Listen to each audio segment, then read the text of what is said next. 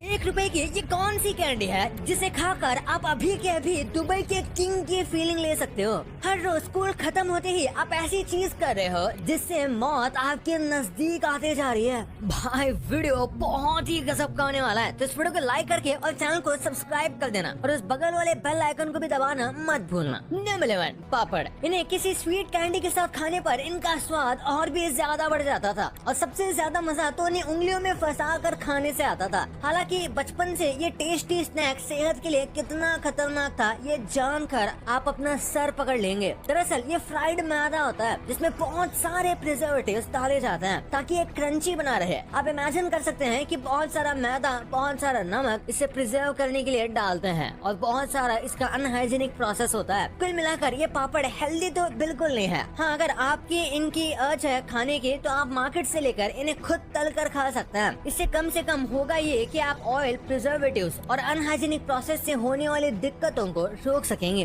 Number 10 cotton candy. किसी मेले या फिर स्कूल के बाहर हमें इस कैंडी को खूब खाया है, लेकिन अलग अलग नामों से। कहीं से कॉटन कैंडी कहते हैं और कहीं पर बुढ़िया के बाल भी कहते हैं। गुलाबी गुलाबी ये कैंडी पूरी तरह से चीनी से बनती है। वैसे आपने नोटिस किया होगा कि जैसे ही ये जुबान पर रखो तो ये घुल जाती है और इसे खाने के लिए किसी तरह से भी दांतों की जरूरत नहीं पड़ती। वैसे इस लिस्ट में ये एक लौता ऐसा आइटम है जिसे अगर आप नॉर्मल क्वांटिटी में खाएं तो आपको कोई नुकसान नहीं पहुंचेगा। Number 9 jelly phone. आजकल के बच्चों की तरह हमारे पास 90s में फोन तो नहीं हुआ करते थे, लेकिन ये जेली फोन उस जमाने में किसी रियल फोन से कम भी नहीं था। ये अलग अलग कलर्स के जेली फोन एक्चुअली जेली के अंदर के फ्लेवर को डिनोट करते हैं। जैसे ये येलो वाला ऑब्वियसली मैंगो फ्लेवर है और इसी तरह से इनके दूसरे फ्लेवर्स भी मौजूद हैं। इन जेली फोन्स को बनाने के लिए एक्चुअल फ्रूट्स को छोड़िए, उनके पल्प तक को भी नहीं यूज किया जाता, बल्कि फ्रूट्स के टेस्ट जैसा ही आर्टिफिशियल लिक्विड, बहुत सारी चीनी और कॉर्न स्टार्च की मदद से किसी तरह जेली जैसी दिखने वाली मीठी कैंडी तैयार हो जाती है, जिसे खाकर बच्चों को न्यूट्रिशन तो छोड़िए बल्कि साइड इफेक्ट्स भी मिलते हैं। Number 8 ABCD biscuit. 90s की ABCD बिस्किट तो याद ही होंगे। इन्हें चाय में डुबोकर खाना या फिर लंच के समय स्कूल के गेट से खरीदना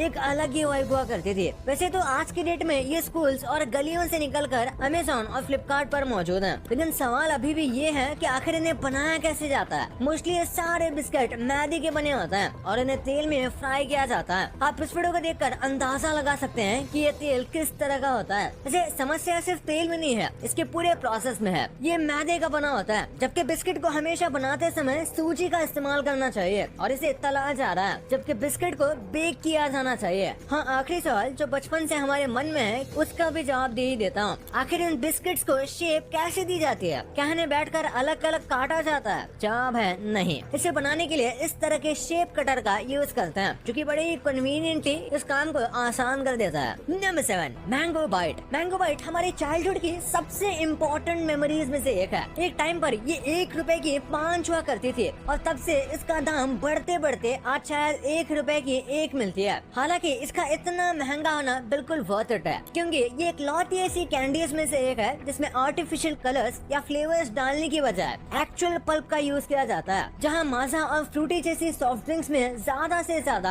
18% पल्प होता है, वहीं मैंगो बाइट में 35% मैंगो पल्प है, जो इसके टेस्ट को बढ़ा देता है और इसे लोगों का फेवरेट बना देता है। नंबर 6 बॉम्बे मिठाई। ये 50 पैसे में इस इलास्टिक मिठाई को खींच कर किसी भी शेप में बनाकर दे देते थे, चाहे वो शेप शाम की हो या फिर किसी इलास्टिक बैंड के, जिसे हम हाथों पर बांध भी सकते थे। वो बैंड अंकल से लेकर इसे खाना बहुत मुश्किल होता था। कई बार ये दांतों में चिपकती थी और कई बार कपड़ों पर लग कर रह जाती थी। हालांकि इस मिठाई को खाने में मजा बहुत आता था। अब सवाल ये उठता है कि आखिर इसे बनाया कैसे जाता था। इसे बनाने का तरीका बहुत ज्यादा डिस्गस्टिंग या अनहाइजीनिक तो नहीं था, हाँ, लेकिन अनहेल्दी जरूर कहा जा सकता है। इसे बनाने के लिए बहुत सारी शुगर को उबाल लिया जाता था, इतना कि वो शुगर एक चिपचिपे लिक्विड फॉर्म ले लेती है। उसके बाद उस लिक्विड में अलग अलग फ्लेवर्स और प्रिजर्वेटिव्स डालकर शुगर को इस तरह गूंथा जाता था कि उसकी लंबी इलास्टिक स्टिक तैयार की जा सके और फिर उसे ही सेल करते थे। Number 5 Natraj pencil candy. इस लिस्ट में अभी तक आपको जितनी भी कैंडीज दिखी उन सभी से सबसे मुश्किल इसी कैंडी को बनाने में होती है। बाहर से देखने पर इसे लगता है कि ये एक पेंसिल है, लेकिन इसे खाने पर पता चलता है कि ये कैंडी है। इसे बनाने के लिए सिंपल इस कैंडी वाले प्रोसेस को यूज किया जाता है। ढेर सारे शुगर, कॉर्न स्टार्च और कोकोआ लुक देने के लिए ब्राउन रंग के एडिबल कलर। हालांकि ये कैंडी स्टैंड आउट करती है अपने शेप की वजह से। इसे बनाना बहुत आसान है, लेकिन इसे पेंसिल का शेप शेप देना बहुत मुश्किल। एक बार ये हो जाने के बाद बचे कुछ ही कसर इसके रैपर से पूरी हो जाती है। क्या कभी आपने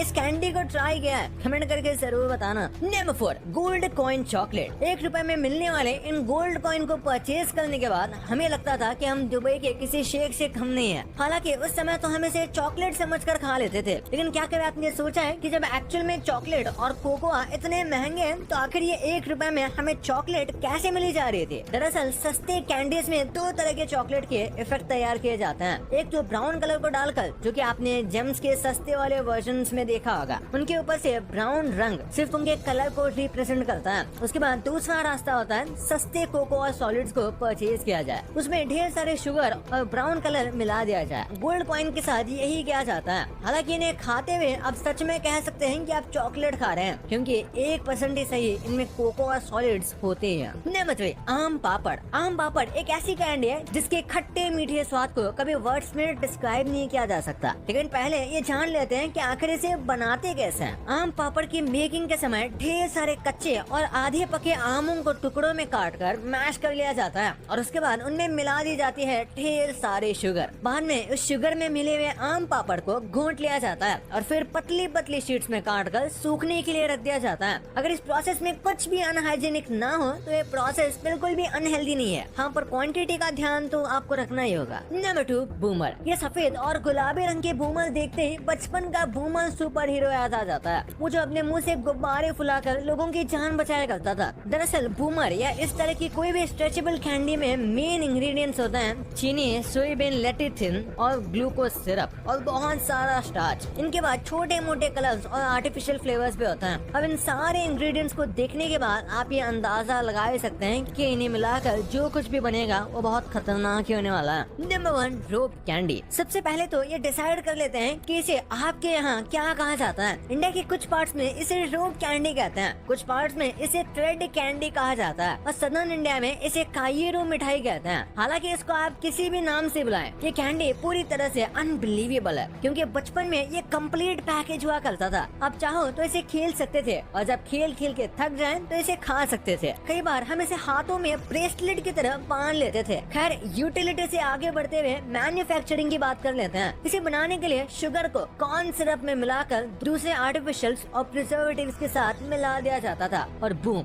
ये बनकर तैयार है। फिर इसे राउंड शेप देकर इसकी कटिंग करके सुखा दिया जाता था और धागे फंसाते ही ये खाने और खेलने के लिए तैयार है तो ये 1 नंबर का शुगर सिरप है, लेकिन काफी हद तक बच्चों का इससे मन बहल जाता है। भाई ये तो आपको पता, और अभी तक चैनल को सब्सक्राइब नहीं किया तो चैनल को सब्सक्राइब करके उस बगल वाले बेल आइकन को जरूर दबा देना। तो मिलते हैं अगले वीडियो में, तब तक के लिए बाय।